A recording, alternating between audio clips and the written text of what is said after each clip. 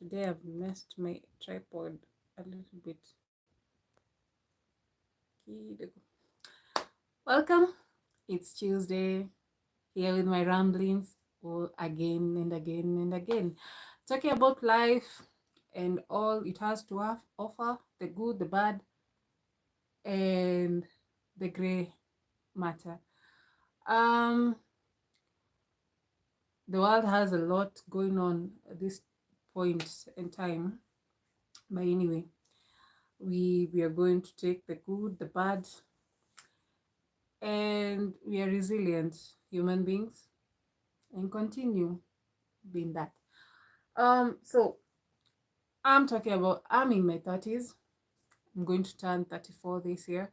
And a lot has happened and a lot has been talked about and also observed by myself. And it's crazy because the age group that we are in, we experience either similar things or totally different things. And it's good to look at them as they come.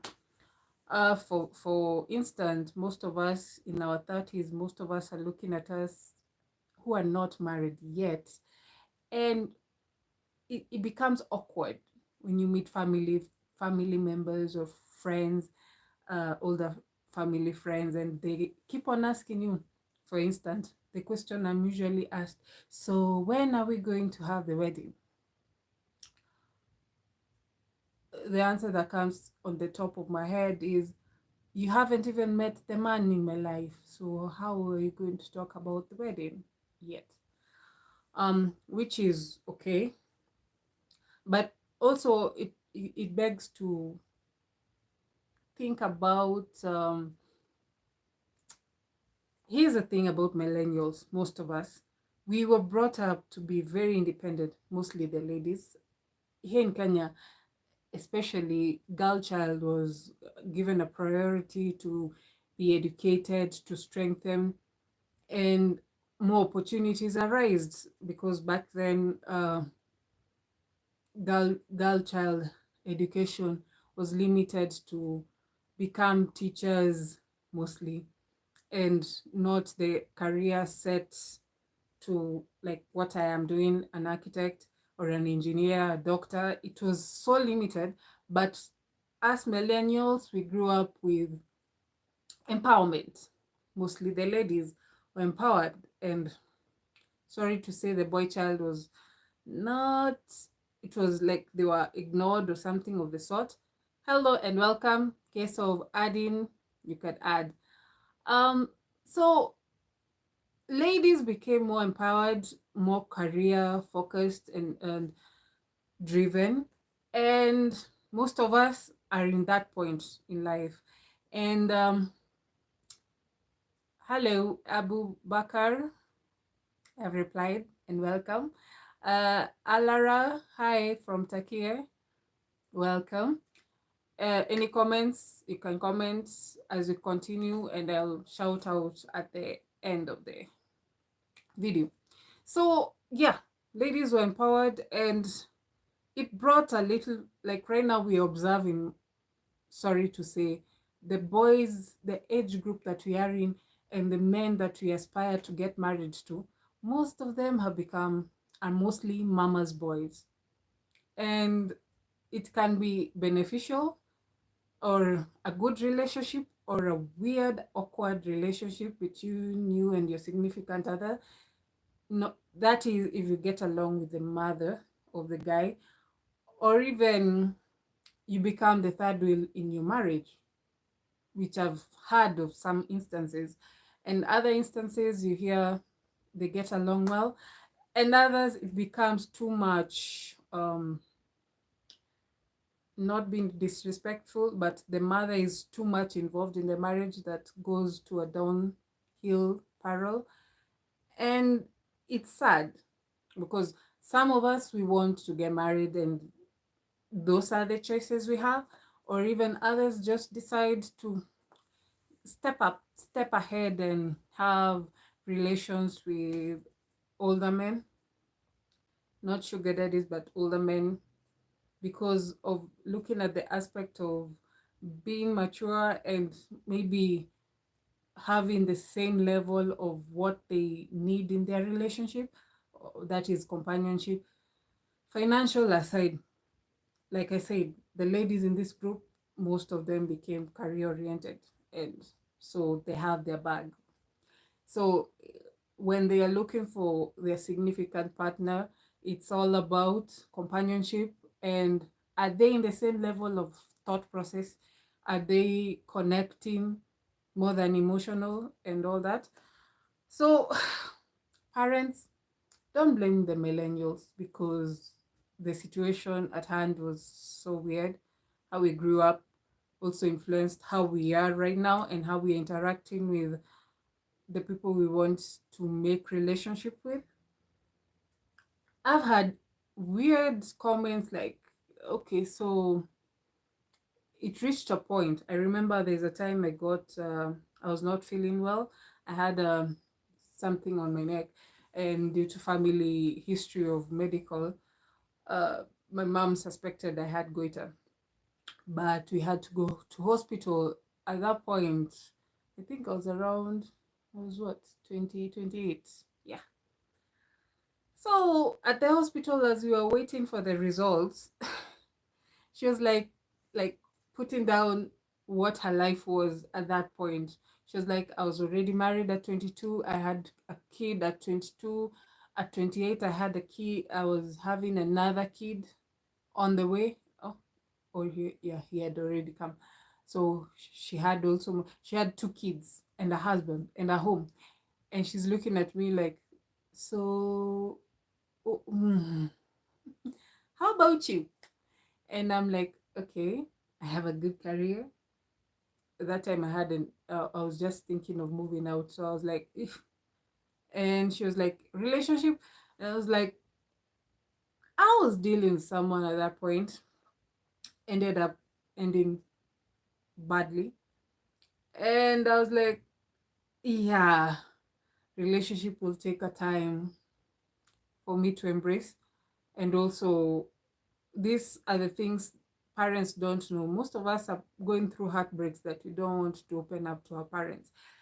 We would rather not, until we know it's for real, for sure. It's a done deal, sealed. This is the man I'm marrying. And then sometimes you just hear they don't last and all that. It's sad that that's the state of the world that we are in, that marriage is not long lasting anymore, or it's not taken as serious anymore.